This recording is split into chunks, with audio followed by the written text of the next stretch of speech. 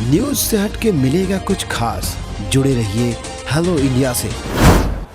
नमस्कार, मैं हूँ आयशा पूजा। आप देख रहे हैं हेलो इंडिया का खास सेगमेंट न्यूज 2 मिनट। बिहार विधानसभा चुनाव इंस्पेक्टर और एसआई समेत के 27 पुलिस अधिकारियों का तबादला पटना समेत विभिन्न जिलों में तैनात इंस्पेक्टर और सब इंस्पेक्टर रैंक के 27 पुलिस अधिकारियों का तबादला किया गया है।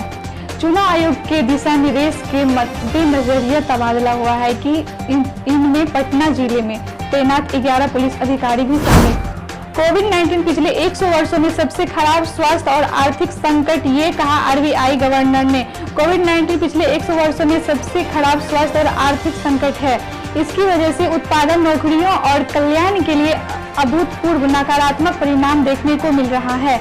इसमें दुनिया भर में मौजूद विश्व व्यवस्था और वैश्विक मूल्य श्रृंखलाओं, श्रम और पूंजी मूवमेंट को गति दी है।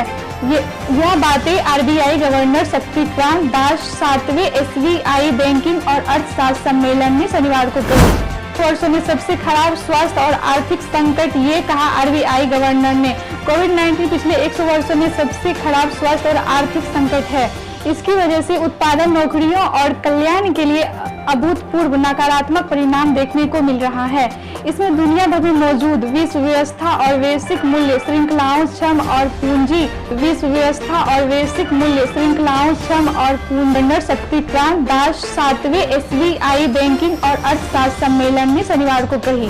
अरुणाचल में सुरक्षा बलों का बड़ा ऑपरेशन मार गिराए 6 उग्रवादी आसाम। राइफल्स का जवान भी जख्मी।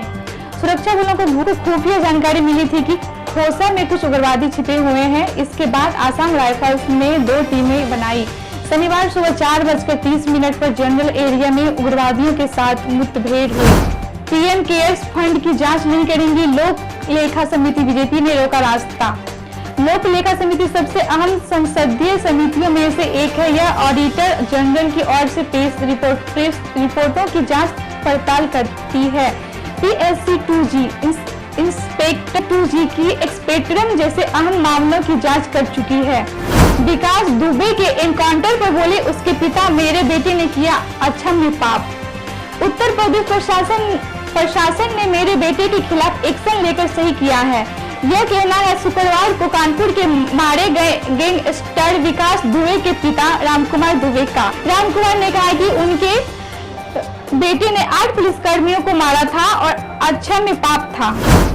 वारेन बफे से ज्यादा दौलतमंद हुए मुकेश अंबानी, जियो में निवेश का मिला फायदा।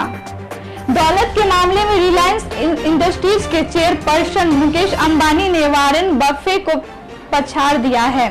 एक शायर हैथवे और लंबे समय तक टॉप 30 दौलतमंद शख्सियत में शामिल रहे हैं। डाक विभाग 442 पदों पर निकाली वैकेंसी, 10वीं पास भी कर रहे आवेदन। डाक विभाग के जम्मू कश्मीर सर्किल में ग्रामीण डाक सेवकों जेडीएस के 442 पदों पर भर्ती की जाएगी। 10वीं पास उम्मीदवार आवेदन कर सकते हैं। 13 जुलाई से बिहार से झारखंड के बीच पटना रांची पटना जनशताब्दी एक्सप्रेस और टाटा दानापुर एक्सप्रेस ट्रेन रद्द करने का फैसला किया गया है। पटना रांची जनशताब्दी एक्सप्रेस पटना से सिर्फ गया तक ही जाएगी। युवक की गोली मारकर हत्या, घर से बुलाकर अपराधियों ने घटना को दिया अंजाम। घर से बुलाकर अपराधियों ने युवक की गोली मारकर हत्या कर दी। हत्या के विरोध में परिजनों ने जमकर हंगामा किया है। यह घटना सदैव थाना के सुराह पुल के पास की है। लॉकडाउन में बेली रोड पर शराब पीकर ऑटो चला रहा था ऑटो ड्राइवर, पुलिस ने किया अरेस्ट।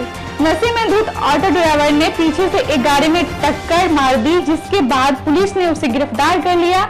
वहीं नशे में धुत ऑटो ड्राइवर खुद को बेकसूर बता रहा था। वह बार-बार कह रहा था कि उसने शराब नहीं पी है।